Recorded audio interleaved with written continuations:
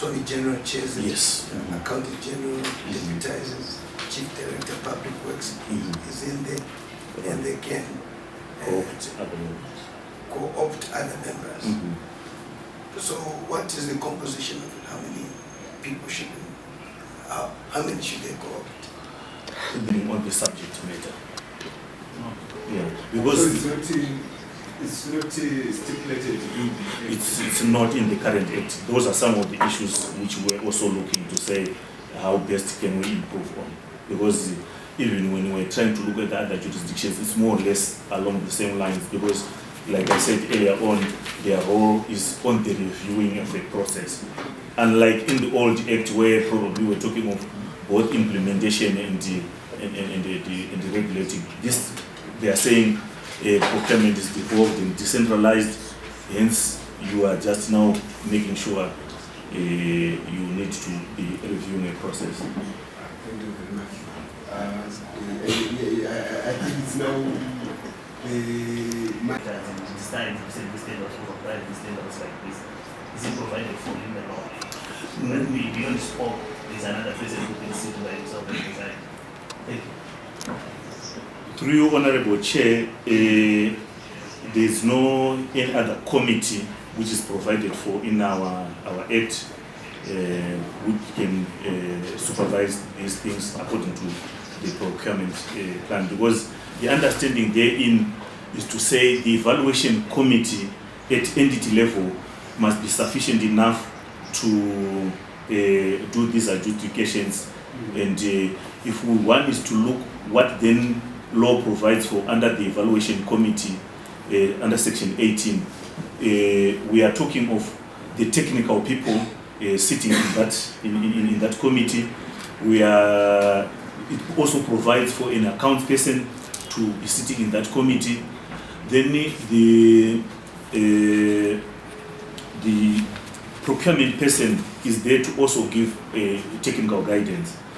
Also to follow on the Honorable Rights point of departure or line of thinking. You know, our act is very clear, Honorable Chair, in the sense that it's not only about the evaluations, but it's the whole procurement cycle. To say, before you even embark on a procurement of this nature, you would find that Section 26 of our Act allows for market consultations before you even embark on a procurement process, to make sure that you keep abreast with whatever is in the market in terms of technology, in terms of whatever. You are even allowed to call in the prospective suppliers to hear them out, but one then needs to guide themselves against then the bias which probably comes with some of these processes. But it's very clear, because after that section 26, followed by section 27, where we are now coming up with technical specifications, because you will be in the know. And this is ordinarily a technical specifications where we are finding some gray areas, not only in this, but even in other spheres. In this particular instance, Honorable Chair, if I may also share some experiences, in the field of ICT, our observation is people probably may be inclined to run with what they call the latest technology, which may not be ideal for particular instances. Because if one is to go and look at the technical specifications which were drawn when they were coming up with their terms of reference, one may see that there are some challenges in that, to the extent that at one point in time, we have gotten an entity here in Zimbabwe who wanted to buy a specific laptop from a manufacturer. And the manufacturer wrote back to say, what do you want to use that for? Because in the whole world, we were sold only 3. So there are those issues which happens in this particular field.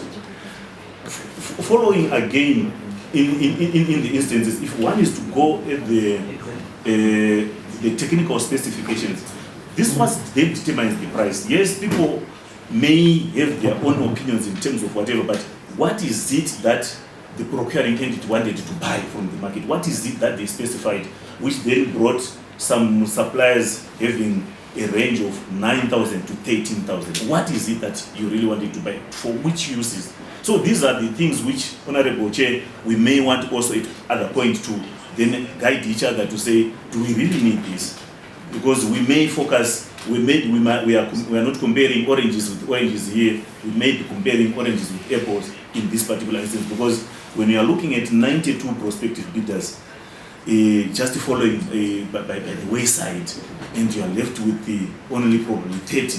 What is it that we... So these are some of the issues following on Honorable Writer's line of questioning to say, technically, was everything in order?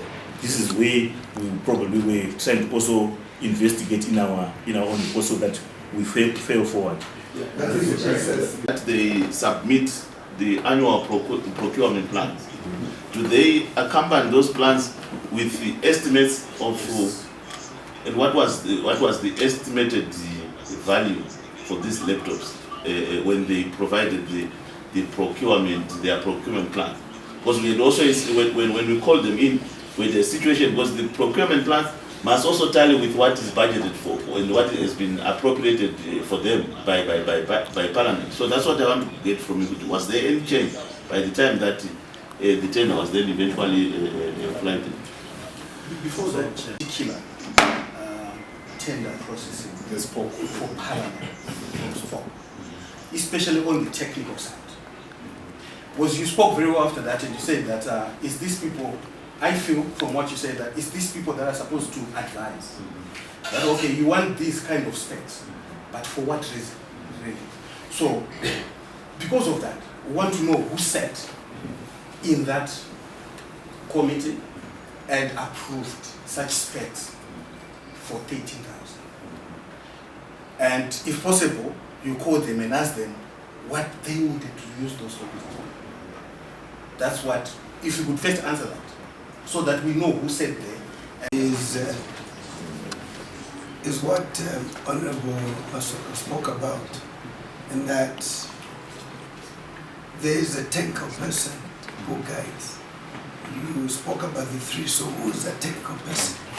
Because ultimately we would want to understand what, in a moral suasion, got them to go for such high-priced laptops.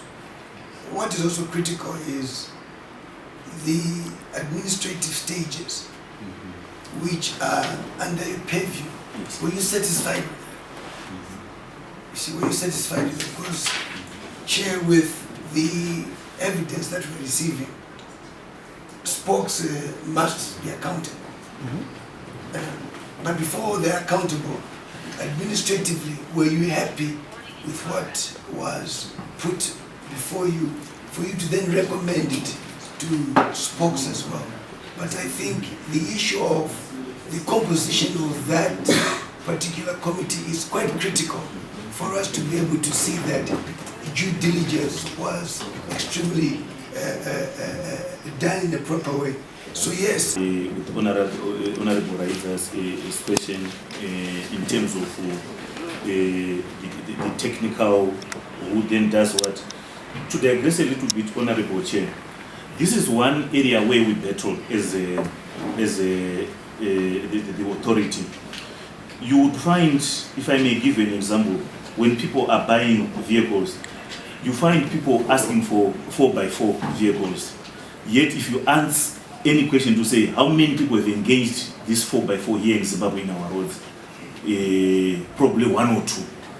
But all public entities, when they are procuring, they are having this spec, this high spec. We find it a high spec because there's no problem with 4x2. The same with the local authorities or RDCs, they will tell you they want a grader, a caterpillar. And you look at the roads in the localities, you see what's wrong with these sun graders and whatever. So it's like across, this is our battle with in terms of value for money. So here again, we end up with this kind of specs in terms of the computers.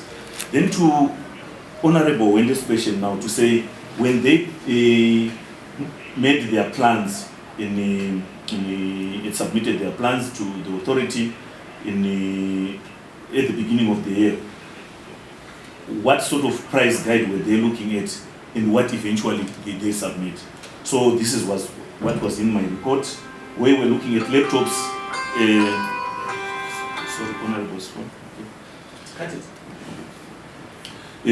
We are talking of for the laptops, they budgeted 3,500 for a laptop, and for a desktop, they were budgeting 2,000, and in their plan, they wanted to buy 140 laptops and 74 desktops, but eventually, of course, they were intending now to buy 173 laptops and 79 desktops. You said they initially, when their plan, they intended to buy your own desktop.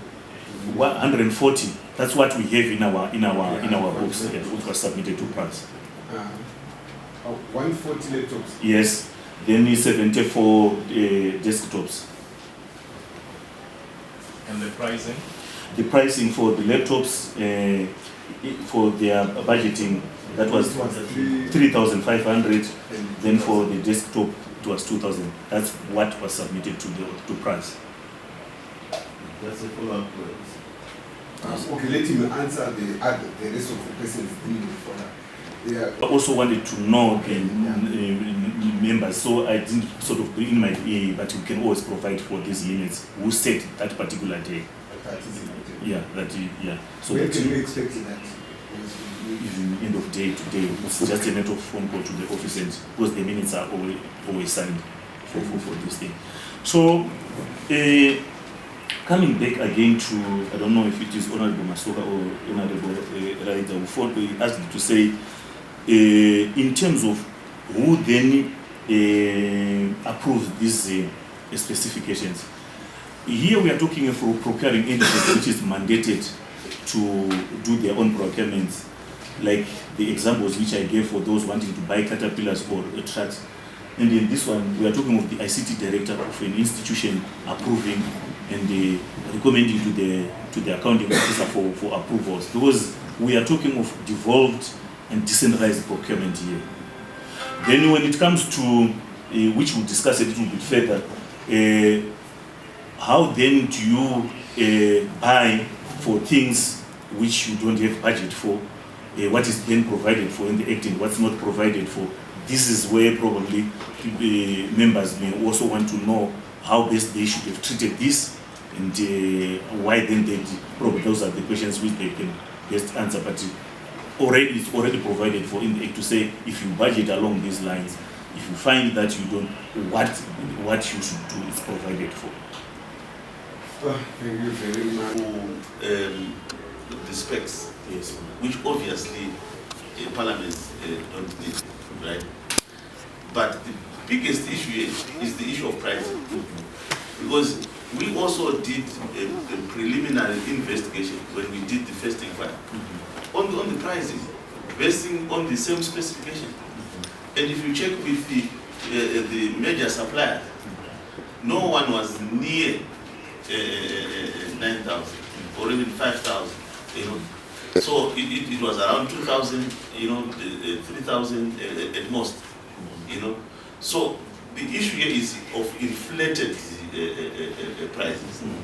Because how did they jump from 3,500, which was in the plans which they submitted to you, to end up assessing people that were now bidding for 9,000 to 13,000. That's where we have got difficulties. And yourself as the regulator, because I don't know whether it's the law, but it could appear that a lot of money can be stolen outside your profession, because your involvement really, because at the point where Spock met, one would assume that the most logical thing would be to also look at the procurement plan for that entity, to say to you guys, you said the laptops were 3,500. If it was double, maybe. But to shoot from 3,500 to 9,000, then Spock issues a no objection report. That's why we want also to get the names of people who sat in that spot, because it might not even be the parliament, the procurement entity at parliament that is involved in this corruption. But also because they know that this is a system. They must liaise also with people from PRAZ, from spokes, you know.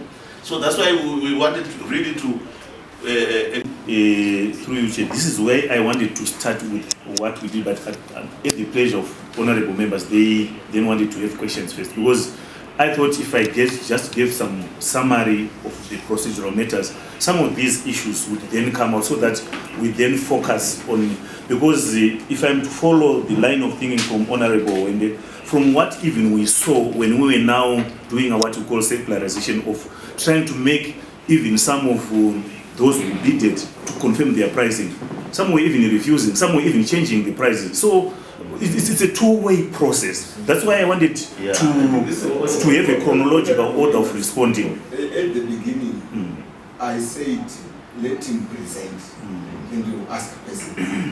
Remember, you wanted to ask questions first before he presented. Chair, no, but that was So let's correct it. You want a presentation. Allow him just to answer accordingly. The whole presentation might not speak to the issues that we want. So I think that we have come. Syndicated corruption. That's the first one. Second one, did they act in the interest of Section 4 in terms of the integrity of the process, and again, the restoring public confidence? And Section 22, was this process by Parliament value for money? That's what we want to know. We don't care about that report. Those are the key issues. So to help you, Chair, we must summarize. And they are the regulatory authority. Do you believe that Parliament aided in doing what they did? I think, to me, that's what is important. Yes or no? In the law that you have the power to approve a procurement that comes with the different figures from what has already previously been submitted. But these figures, possibly they were already US dollars, and I don't think the variance of coming from 3,000 to 9,000 was justified. I mean, how are you currently handling such instances? I believe this is not one of the, I mean, it was the first and last procurement that was where this situation had happened. How are you handling such issues at PRAZ, where someone submit a different procurement plan, but when the actual procuring is being done, then you find that the figures have changed? How are you handling that? Members, because they were coming. Please, you are protected, you can do it. Yeah. So, first things first, Honorable Chair, the question, like at the end of it all, we want to say, did everything go right in this particular instance? We are saying no as an authority, right?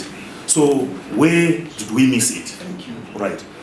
The first one, in terms of the movement of the budgeted to the actual, which was then submitted for payment, I wanted to avoid giving certain answers, because we all know segregation of duties. Other arms of government have already embarked on this, and I sort of thought if I start doing that, I will preempt some of these. But if the honorable members allow me to then explain one or issues, which we then did, to say in August, personally, I met with some of the executives from the procuring entity, 5 of them, where we deliberated on this issue and gave guidance to say, when you are faced with such, invoke Section 42 of the Act, which then you can cancel and citing budgetary constraints. Because my thinking then was to say there's no way you can go ahead with a procurement which is almost 4 times what we budgeted for, right? Then going forward, you would find that in the correspondence which we have in here, Section 52 for 8 says when you find yourself with a a budget which is above what you planned for, you can either reduce scope of the works, probably in this particular instance, reduce quantities or so. But unfortunately, from the documents which we also have, which also Zaki is looking at, there were negotiations now which were done according to the letters from the suppliers, where they were even trying to say we negotiated and to reduce that price. Yet this particular section does not allow for negotiation, So that's why I'm saying there are other issues which may need also to be looked at a different forum to say what was happening. For us as a regulator, again, we get worried when the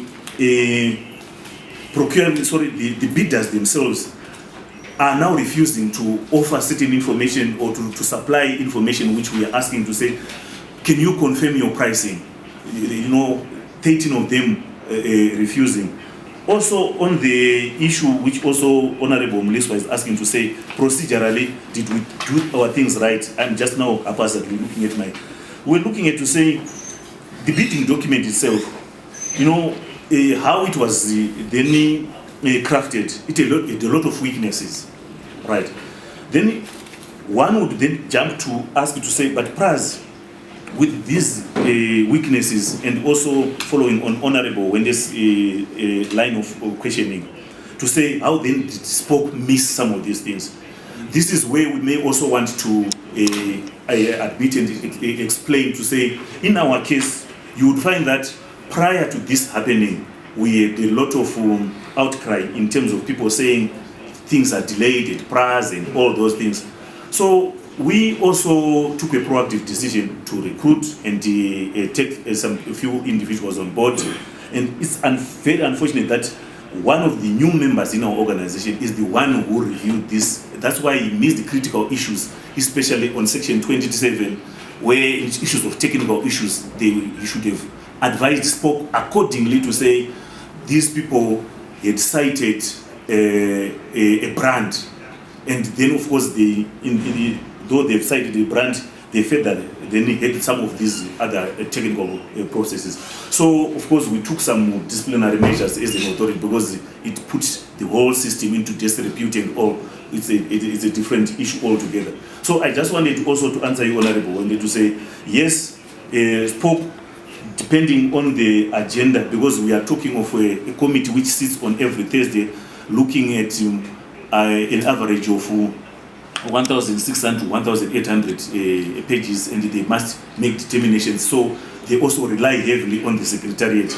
Not to give excuses to say the operations director was not there that day and I was not out of time, but we were saying entities should run regardless who is there, who is not there. So in this particular instance, that's why we are taking those administrative corrective measures in our system to say some of these things, regardless that they are the responsibility and accountability of the accounting officer, but we also have got a role to support in some of these issues. So having advised on cancellation not done, it's something people may also need to look at. Also having negotiations which are not provided for. Yes, proactively, what we then did before this, Honorable Chair, if you may allow me also to get Parliament of Zimbabwe in terms of the compliance, because we also know that under our Act, we've got the role of supervising them and seeing in terms of their compliance. We made a report to them to say, you are Class A entity, and for you to have only 2 people manning your procurement might not be adequate, because when we were looking at their report, which in some instances they are read here, yes, they try to take a proactive action of recruiting people, but in terms of now getting sensitization and training by PRAZ, I think they were lagging behind. I also listened when you were talking to them and they gave those excuses. So this is the outcome now, where people fail to adequately resource certain departments, because for us we're worried to say Parliament is such a big institution, it's very critical to the nation, and to have such things happening, we were also looking at that. So yes, later on we then managed to then capacity build, and but you know, it's a scenario where you are now trying There was it. yeah, but so these are some of the challenges. We will share the reports. You see what we recommended prior, and then this outcome, and where we are, even these errors which are happening of negotiating and all, we are saying this could have done differently then. Okay. We were even looking at the documents after this parliament issue. We would find that a lot of them were even retracting even some procuring entities when they were looking at the pricing, because it was ranging 7,000 and all. That period, May to August, there was something which was happening in the market where people were forward pricing, and it is a market issue which we're having a problem with. Of course, we are trying as a way forward to correct that by coming up with what we call the National Pricing Index, because out of this, and also we are fast tracking our EGP just to correct some of these things which we are seeing in terms of connivance and all. But these were the pitfalls of also dealing with. Forward pricing in US dollar. Yes. It's not there anywhere in the world. US dollar is US dollar.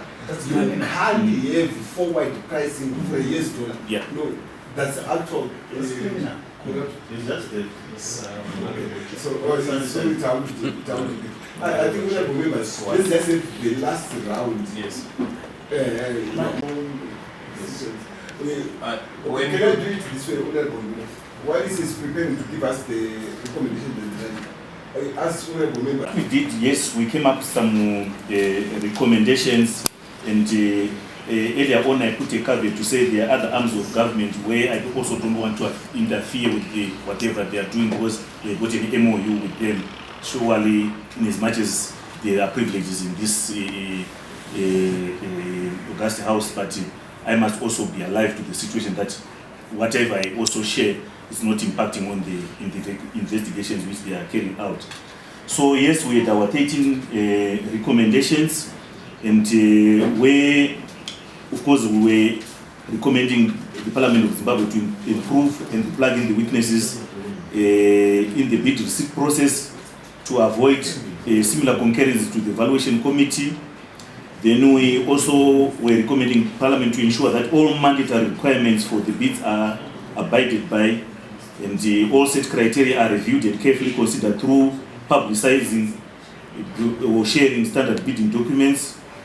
Then we're also recommending Parliament to ensure that the submissions to review contracts as well as planned submitted to SPOC well in advance to avoid scenarios where errors could be viewed as to enable some external contractors to have awarded contracts. Then PRAZ to appraise and improve internal quality review process, including SPOC secretariat review, to rectify weaknesses noted or take appropriate action where required. Then PRAZ to hold Parliament of Zimbabwe's PMU as hand in its procurement processes for a prescribed period. Then PRAZ to specifically train and build technical capacity of the evaluation committee for the Parliament of Zimbabwe for the public procurement systems nationwide, and PRAZ to look completely into capacity building of bidders to enhance compliance on bidding and ultimately competition. The role of PRAZ as a provider of secretarial services to be outlined, detailing where it begins and it ends. Then there is also need to clarify, for clarity in the laws as regard to respective roles as well as the powers in different players, especially at PU level, at the procuring entity level, where we're talking of the PMU, the evaluation committee, and the accounting officers. The accounting officer should also balance the objectives of public procurement and not undermine the cost effectiveness in the bid to adhere with inconsequential specifications for requirements. Then the accounting officer should ensure that adequate market consultations to be guided to guide the procurement process. And last but not least, the accounting officer should thoroughly consider all parts of the standard bidding documents before erasing some of the paragraphs to align the documents with specific requirements. So these were our general recommendations as with regards to this particular tender after our findings. and what then transpired therein. Thank you, Chair. The question which Honorable Listener is asked, this is a process now. If you look at our section 96 up to 98, then the recommendations, because this is the preliminary report, and in our processes now we were waiting for the other arm of government who were doing the other investigations to come up with this, because right now we are looking into 2023 and this is the time when we are registering suppliers, and once we conclusively have the findings, definitely they will be blacklisted, because we don't want to jump into things which will also cause some legal problems again and put things into disrepute. So be assured, honorable members, we are on that. Does the PS have the power to direct you to blacklist someone? He can recommend, but we then need Follow due process. follow due process. Okay, thank you. We